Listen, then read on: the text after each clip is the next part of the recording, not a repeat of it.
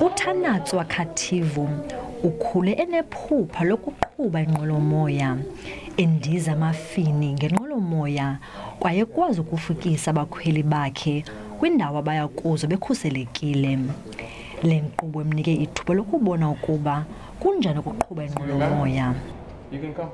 Esacinga ukuba oku kujoliswe kwezophapho kuphela, uye wafumanisa ukuba kukho nezinye izinto ezenziwayo kule nkqubo. Firstly, uba kule program incede kakhulu, incedile ndi understand i-aviation industry bhetere naqala. Bendingayazi nix and how planes fly, how different robots are being created in the industry for aeronautical engineer.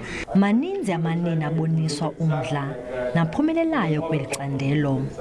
Le nkqubo kwabonisa amantombazana indlela esebenza ngayo inqwelomoya. Ndikhule kuthiwa abantu abangabafazi abakwazi ukuqhuba iplane, ne?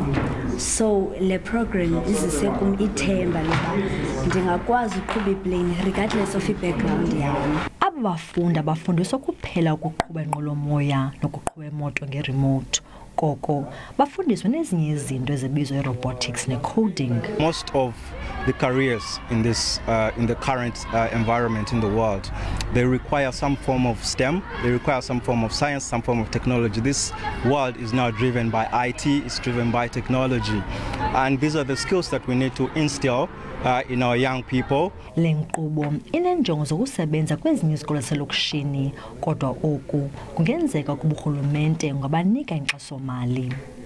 Ndingulerato Fekisi kwiindaba ze-SABC eGqeberha.